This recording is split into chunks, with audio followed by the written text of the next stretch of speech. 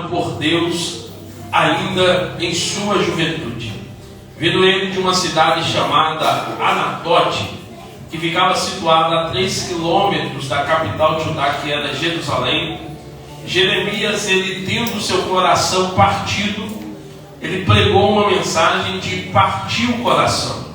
Em detrimento das condições que Judá vivia, a mensagem que Deus dá a Jeremias não é uma mensagem muito fácil de ouvir e não é uma mensagem muito fácil de pregar. Não é uma mensagem que causa boa fama, boa popularidade, aceitação. Na verdade, não. A mensagem de Deus na boca de Jeremias, muito pelo contrário, causa repulsa, causa desinteresse e causa levante por parte de muitos que acabam ouvindo. Jeremias profetizou em meio à degradação moral de Judá. Abacuque, ele foi contemporâneo de Jeremias. E quando nós analisamos o contexto histórico do livro do profeta Abacuque, nós vamos ver algo também inerente ao contexto histórico de Jeremias. Foi Abacuque que, em sua oração, no capítulo 1, a partir do versículo 2, ele expressa as condições que Judá estava. Ele diz que não havia justiça no meio de Judá. Ele diz que quando a justiça se manifestava, ela parecia distorcida. O ímpio cercava o justo. E não somente o cercava, como também prevalecia sobre o justo. O pecado escorria pelas ruas de Judá, assim como o esgoto escorria pelas suas fossas. O judiciário havia se vendido.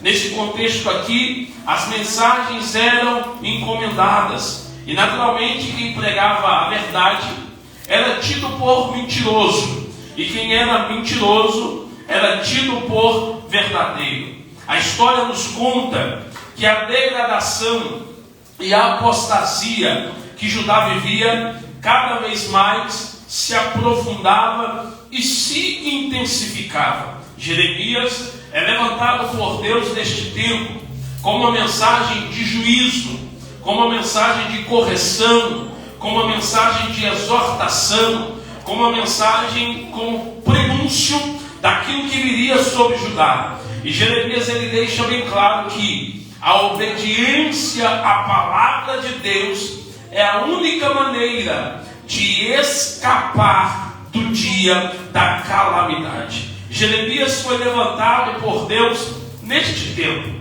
E é interessante porque Jeremias ele veio de Anatote. E essa cidade chamada Anatote, ela era muito conhecida no contexto sacerdotal da época. Boa parte dos familiares, boa parte dos sacerdotes, boa parte daqueles que militavam dentro do contexto sacerdotal vinham de Anatote. A perspectiva que se cria em torno dessa cidade, em volta desta cidade, é o contexto sacerdotal. Se Jeremias vinha de Anatote, a perspectiva aqui é sacerdócio. Porém, desde o início da trajetória de Jeremias, fica muito claro e falado pelo próprio Deus que Jeremias foi escolhido, foi levantado para ser profeta. Naturalmente, Deus quebrou, Deus foi contra, Deus fez contraponto a uma perspectiva esperada, mostrando já que na maioria das vezes a vontade de Deus ela não se enquadra à nossa. A perspectiva de Deus não é construída dentro da nossa. Muito pelo contrário, a nossa perspectiva e as nossas vontades devem ser construídas dentro da perspectiva e dentro da vontade de Deus. A Bíblia diz que há caminhos que ao homem parece bom, mas que são caminhos de morte. Deus quebrou a perspectiva. Deus foi na direção contrária. Deus nadou contra a maré. Porque Deus é soberano e Deus não abaixa a sua soberania para agir e executar a sua vontade de acordo com a nossa. Mas descansa, fica feliz, porque é somente a vontade dele que a Bíblia diz que é boa, perfeita e agradável. Aleluia! É melhor viver na vontade de Deus do que viver na nossa. Costumeiramente, comumente, eu digo para os irmãos, toda vez que a sua vontade se alinhar, se adequar e ficar certinho com a vontade de Deus, fique com o pé atrás. A nossa natureza é caída, a nossa natureza é mal. Todavia, Deus é perfeito e em sua vontade Ele também é perfeito. Aleluia! Jeremias veio de Anatote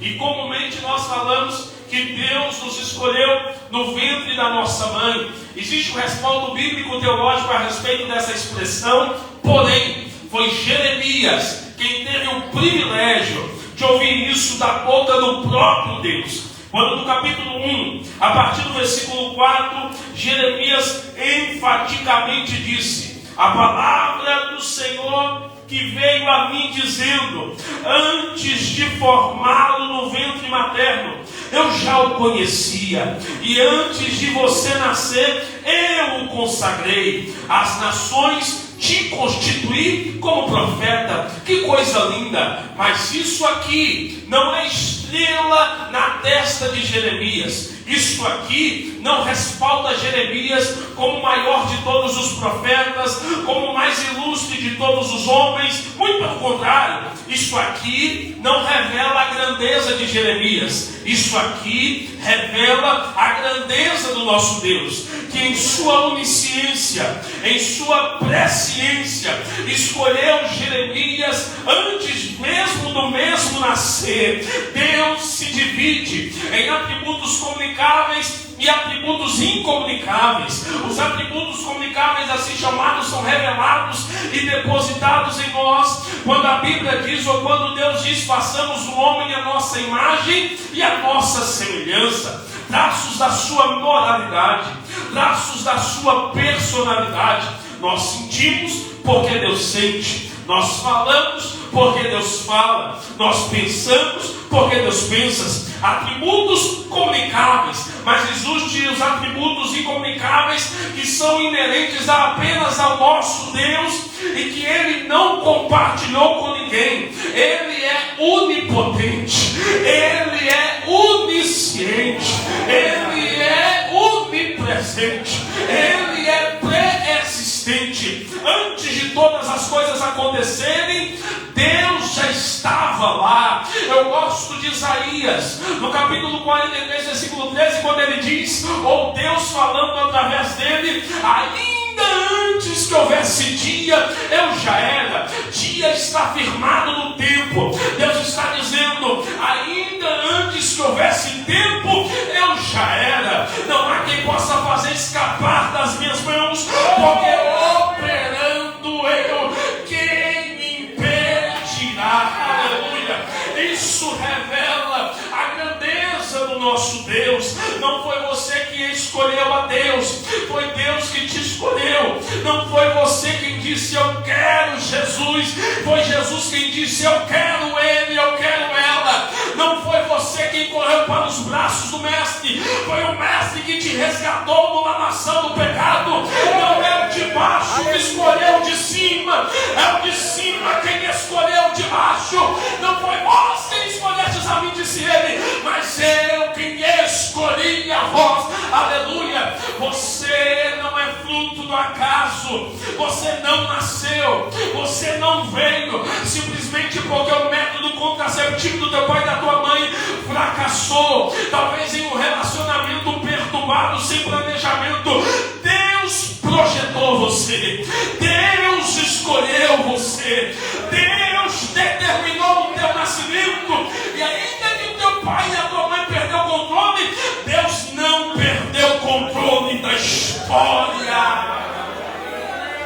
Foi Deus quem escolheu, foi Deus quem se separou. No entanto, textualmente, existe aqui no livro de Jeremias uma expressão que chama muito a minha atenção. Por quê? Porque quando nós olhamos para a literatura profética do Antigo Testamento, que compõe 16 livros, 5 dentro de uma classificação chamada de profetas maiores e 12 dentro de uma classificação chamada de profetas menores, nós percebemos que essa expressão textual, ela só é encontrada tão enfaticamente no livro de Jeremias. Naturalmente, dentro do profetismo na época, a expressão usada era: Deus falou comigo, Deus me disse, assim disse o Senhor, assim me falou o Senhor. Mas Jeremias, ele tem uma expressão interessante.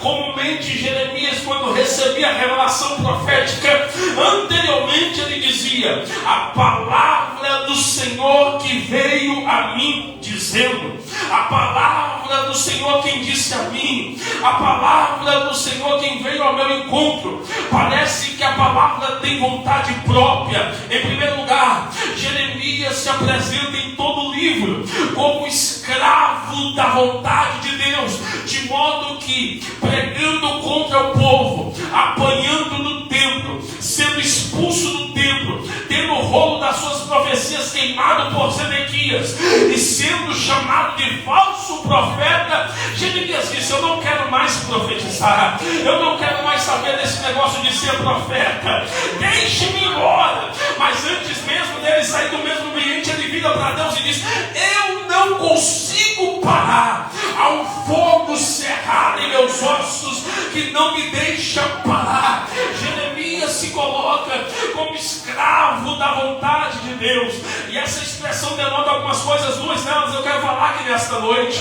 Primeiro, quando Jeremias diz: a palavra do Senhor que veio a mim, posteriormente a vontade de Deus sempre era revelada. Jeremias está dizendo diretamente: a vontade de Deus veio ao meu encontro, a vontade de Deus me achou, a vontade de Deus me encontrou, a vontade de Deus veio até mim. Não falo isso com falsa demagogia, mas eu nunca quis pregar, nunca sonhei pregando, não vim para uma igreja dizendo: eu quero ser pregador. Não, foi a vontade de Deus que me achou, foi a vontade de Deus que me encontrou. Você tocando instrumentista, você é fruto da vontade de Deus.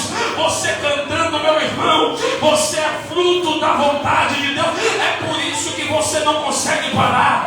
Já disse: eu não quero saber de Jesus, não quero saber de pastorear, não quero saber de pregar, e de repente, olha eu aqui. Você é fruto da vontade de Deus.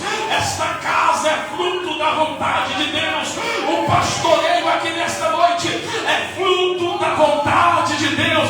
Você não vai parar, você não vai desistir, você não vai desanimar. A vontade vai te pôr de pé, a vontade vai te colocar de pé. Deixa eu falar aquele cristão aqui nesta noite: nem para desviar você presta, porque você não tem controle na tua história. A vontade dele está se sustentando, a vontade dele está te guiando. Aleluia! É ela quem te guia, é ela quem te conduz. A vontade dele veio ao meu encontro. Mas Jeremias, quando disse que a palavra do Senhor veio ao seu encontro, Jeremias também está falando do Verbo encarnado. Foi João, no capítulo 1, versículo 1, salvo engano, quem disse: no princípio era o Verbo estava com Deus e o Verbo era Deus. No princípio era a palavra estava com Deus e a palavra era Deus. Quando Jeremias diz: a palavra do Senhor veio ao meu encontro, Jeremias está dizendo que a presença por meio da palavra o achou, que a presença do meio da palavra o encontrou. Que junção maravilhosa, que junção gloriosa, palavra e presença. Denota que só há presença se houver palavra, não haverá presença presença se não houver palavra. A presença só se manifesta por causa da palavra. Com todo respeito, a presença não é cativa da voz do cantor, a presença não é cativa da intelectualidade do pregador, a presença não é cativa da roupa dos irmãos, a presença não é cativa da liturgia do nosso culto, não. Com liturgia, se houver palavra, a presença vem, mas sem liturgia, se houver palavra, a presença também vem. Só haverá presença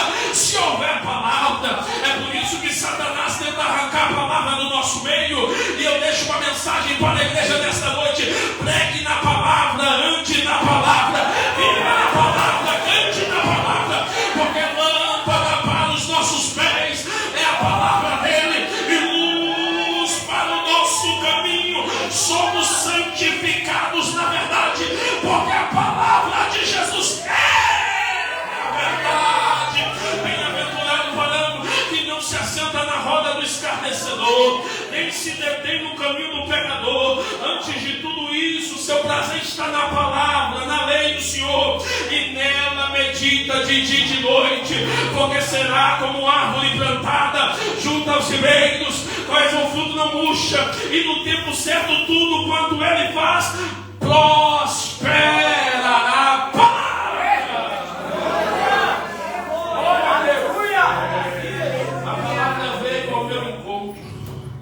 A palavra veio até mim. Eu vou ficar sem voz. A palavra veio ao meu encontro. A palavra veio até mim. Sem palavra não haverá presença. Sem palavra não haverá presença. Me permita ser enfático. Sem palavra não haverá presença. Andemos, pois, na palavra. Vivemos, pois, na palavra. Sirvamos, façamos, pois, na palavra. Filosofia é muito bom. Reflexão é muito bom. Nunca houve um tempo de tanto pregadores de mensagem pronta quanto nos dias de hoje. Nunca houve um tempo de você não pegou daqui, você não pegou de lá, como nos dias de hoje. Eu estou tomando birra desse negócio. Você tem um minuto. A palavra é muito mais do que isso. A palavra é mais do que isso. Aleluia. É por isso que a presença não vem. É por isso que estamos vazios daquilo que não vem de Deus de verdade. Deixa eu te dizer uma coisa, igreja. Desperta. O que eu faço? Não vamos ouvir este povo. Não vamos dar moral para este povo. Não vamos apoiar esta atitude. Porque se nós damos moral, se nós apoiamos, estamos firmados em quem prega, estamos firmados em quem faz, estamos firmados em quem fala. Se não fosse a palavra, vocês não estariam me ouvindo aqui nesta noite. Se não fosse a palavra, não haveria louvor aqui nesta noite. Se veio com a palavra, vem, mas se não vem, vai embora, porque aqui vai permanecer a palavra. Nós viveremos na palavra.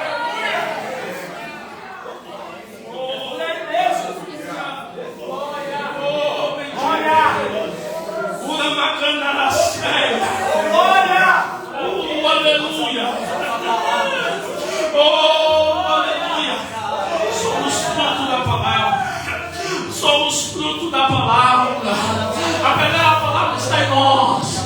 A palavra está sobre nós. A palavra está em cima. A palavra está embaixo. A palavra está à tua direita. A palavra está à tua esquerda. A palavra é quem te guia. A palavra é quem te fortalece. A palavra é quem te preenche. A palavra é quem te levanta. A palavra é quem te renova. A palavra é quem te toca.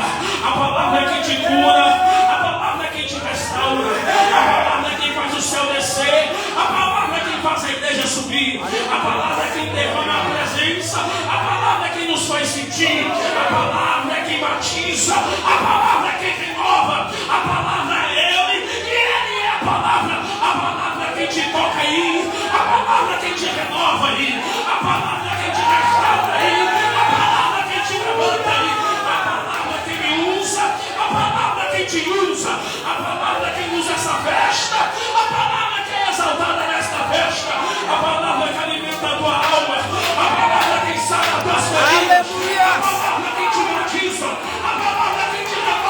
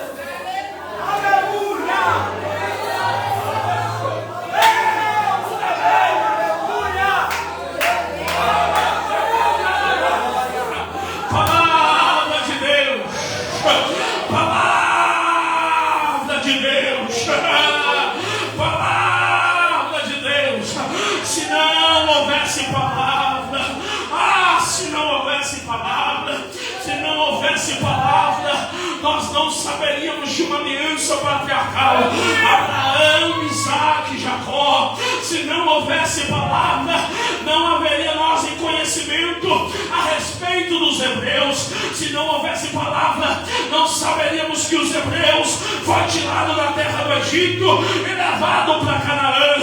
Sem a palavra, não haveria o testemunho de Moisés. Sem a palavra, não saberíamos que veio juízes em Israel 11. Sem a palavra, não saberíamos da divisão do reino e nem do reinado de Saul, Davi, Salomão e Roboão. Sem a palavra, não teríamos conhecimento da divisão do reino, 2 tribos ao sul, 10 tribos ao norte, reino de Judá e reino de Israel. Sem a palavra, não saberíamos da queda da Babilônia diante da Pérsia e consequentemente a Pérsia diante dos demais. Sem a palavra, não conheceríamos a história e o respaldo a respeito de Jesus. Sem a palavra, não saberíamos dos Nazareno que nasceu em Belém de Judá e cresceu na Palestina. Sem a palavra, não teríamos o conhecimento da mensagem da cruz, aonde revela que o Nazareno morreu, mas ao terceiro dia ele ressuscitou. Sem a palavra, não teria sentido o que está escrito na tumba de José de Arimateia, emprestada a Jesus. He is not here, for his wise. Ele não está aqui, ele já ressuscitou.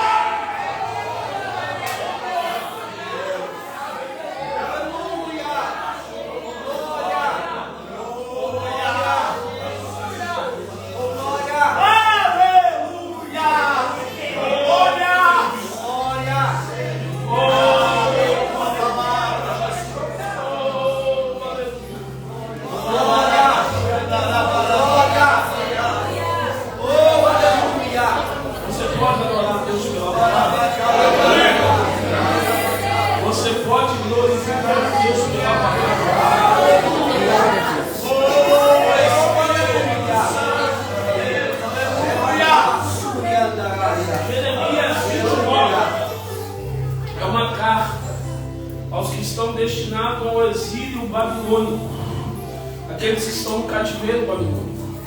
O contexto histórico desta carta me chama a atenção. Por quê?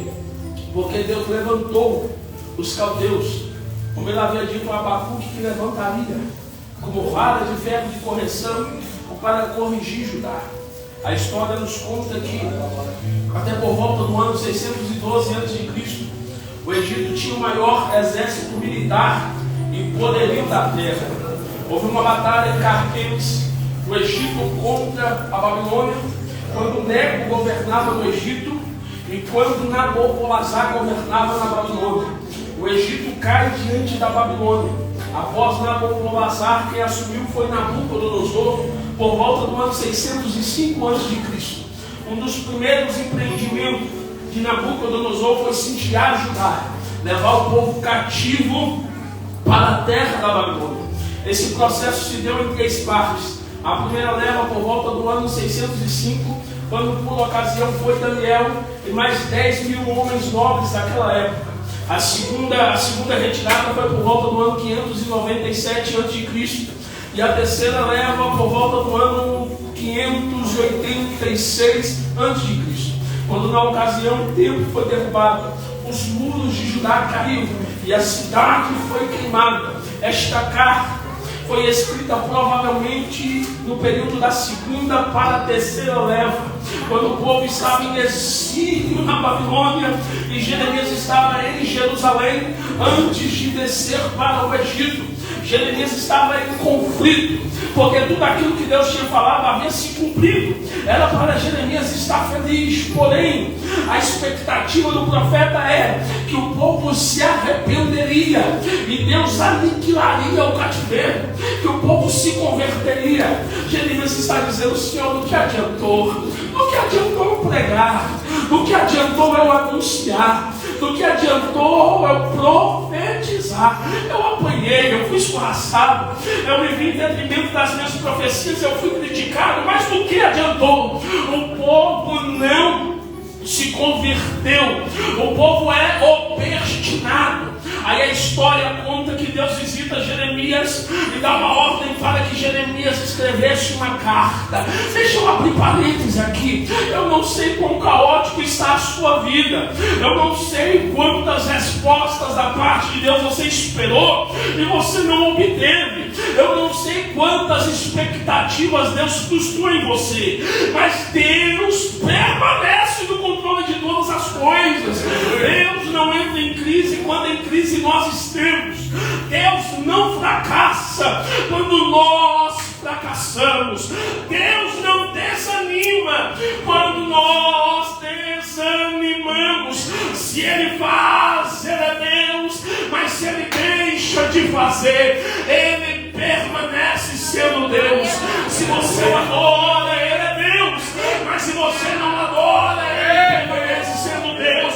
Mas o Espírito de Deus instiga minha alma para perguntar: aonde estão os servos? Aonde estão os adoradores? Aonde estão aqueles que quando eu faço ele adoram, mas quando eu deixo de fazer, eles permanecem adorando?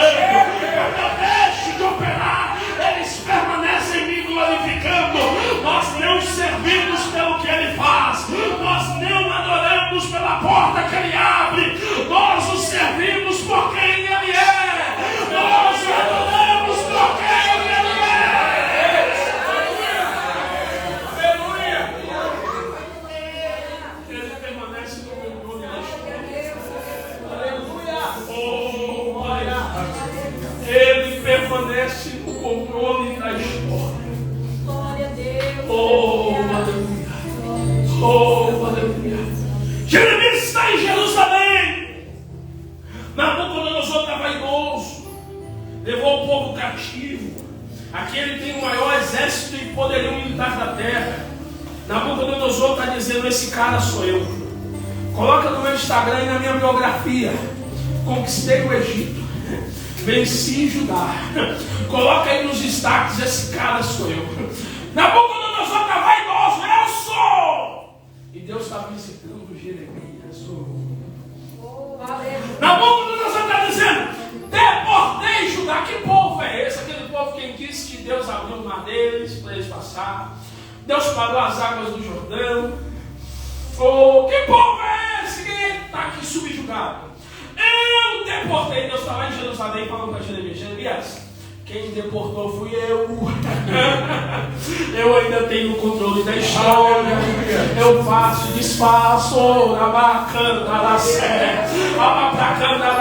Sou eu quem permito o câncer. Glória a Deus. Mas sou eu quem faço o câncer ir embora. Sou eu quem permito o acidente acontecer. Mas sou eu que restauro após o acidente. Oh, meu Deus, aleluia. Eu não sei para quem é, mas eu vejo Deus esbravejando aqui, Deus enfaticamente aqui. Eu estou no controle da história. Eu estou no controle da história.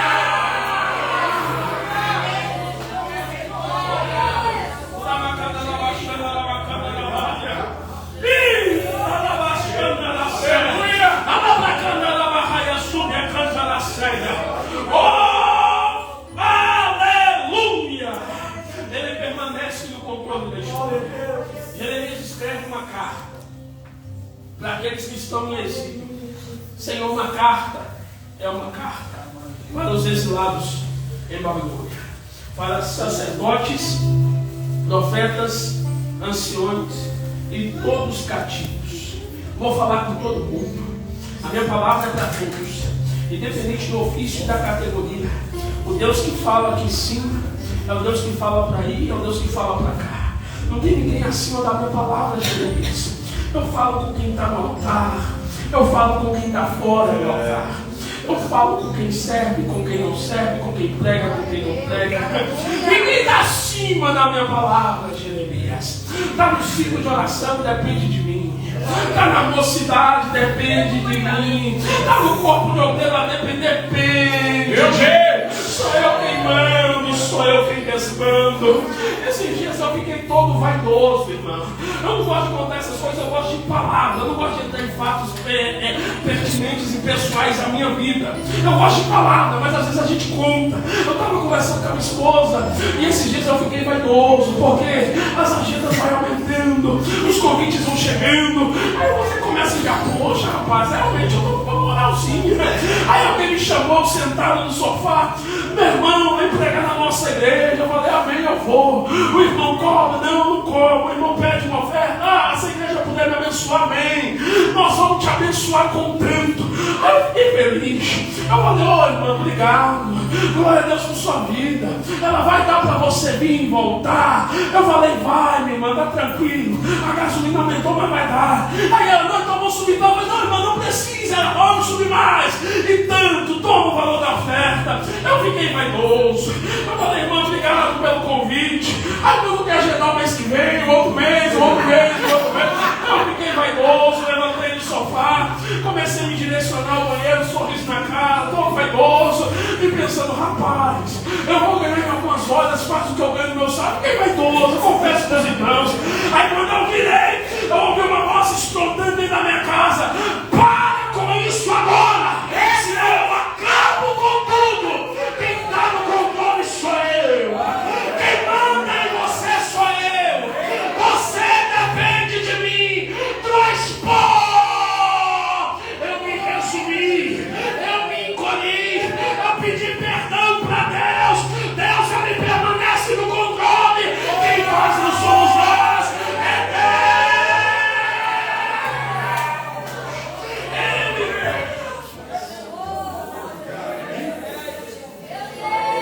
Ele quem tem a direção. Meu Deus, eu falo com todo mundo, gente. Todos dependem de mim. Coloca aí categoricamente ancião, sacerdote, profeta, todo o povo, para todos, categoriza aí, para todos. Sacerdote vai ter que ouvir, ancião vai ter que ouvir, profeta vai ter que ouvir. É para todos. E aí Deus dá algumas instruções. Eu termino agora. Deus dá algumas instruções na carta. E a partir do versículo 10, Deus determina o tempo que eles ficariam no cativeiro. Deus diz como ocorreria o cativeiro. E mesmo em cativeiro, Deus diz a partir do versículo 5: construam casas, morem nelas. Plantem pomares, comam o seu fruto. Casem, tenham filhos e filhas. Porque a crise vem. Porém, mesmo na crise, não deixe de trabalhar. Babilônia está apertado. Não deixem de trabalhar. Oh, glória a Deus. Babilônia está pressionando. Trabalhe. Tem gente que é motivado pelo bem natural, pelo tudo vai bem. Se tudo vai bem, trabalha. Deus está dizendo, vai tudo mal, prega, rege, faz, trabalha. Oh, aleluia, trabalha. Deus não está atrás de alguém que faz em detrimento das boas condições que tem. Eu vou repetir isso aqui. Deus não está atrás de alguém que faz em detrimento das boas condições que tem. Deus está atrás de um Davi, onde tem um gigante, todo mundo olhando e dizendo, não tem jeito, o homem é fera, é de guerra, é de Garte, é filisteu. E Davi, não tem condição, talvez não, mas quer saber, já derrotei o urso, já matei o leão. Aleluia! Mas vocês não têm condição. É Paulo quem disse em 1 Coríntios capítulo 1 versículo 18: porque a palavra da cruz é loucura para os que perecem, mas para nós que somos salvos é poder de Deus. A engenharia moderna fez o Titanic e o Titanic afundou. A engenharia tinha. Noé fez a arca e a arca navegou. O poder de Deus é maior. E Paulo conclui dizendo, porque ainda que Deus fosse louco, ele seria mais sábio do que os homens. Ainda que Deus fosse fraco, ele seria mais forte do que os homens. Trabalhe.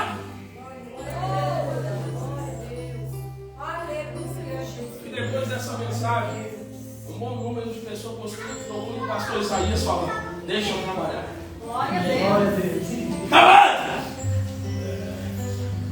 já estou terminando. Plantem pomares e comam o seu. Tem gente que não quer plantar, mas quer colher. Por aí, desse jeito. Mas a Babilônia está aí. Plantem pomares e comam. Sintetizando rapidinho. A responsabilidade de plantar é sua. E quem garante a colheita é Deus. É você quem planta, mas é Deus quem te faz colher. Aleluia. E para terminar, por último, o Senhor diz: casem, tenham filhos e filhas. Se coloquem de pé. O casamento é propósito de Deus para o homem e para a mulher. A família é propósito de Deus para o homem e para a mulher. Em dinâmica, Deus está dizendo no texto, mesmo na Babilônia, não deixem de viver os meus propósitos. Glória a Deus. Mesmo em crise, não deixem de viver os meus propósitos. Tenham filhos e filhas. Por que, Senhor? Porque o cativeiro vai durar 70 anos. E vocês precisam sair de lá. Vocês vão entrar e vocês vão sair do cativeiro. Vai ter começo e terá final. Vai ter começo e terá final. Vai ter começo e terá final. Eu não gosto desse negócio de vocês não perguntam, mas tem um ponto tão desligado. Vai ter começo e haverá final. Toda crise há começo, mas também há final. Há começo, mas também há final. Aí Deus diz: aumentem em número, como quem diz, eleve o nível. Deus está dizendo nessa noite: as crises desta vida não são para te fazer diminuir, mas são para fazer você elevar o nível. Em termos práticos, dinheiro, não entendi, vou te falar. Você ora 1 hora, apertou, passa a orar. Você jejum um dia na semana, apertou, passa a jejuar 2, 3. Você lê a Bíblia de vez em quando, apertou, passa a ler mais. Quando Deus permite as coisas apertar, não é para você.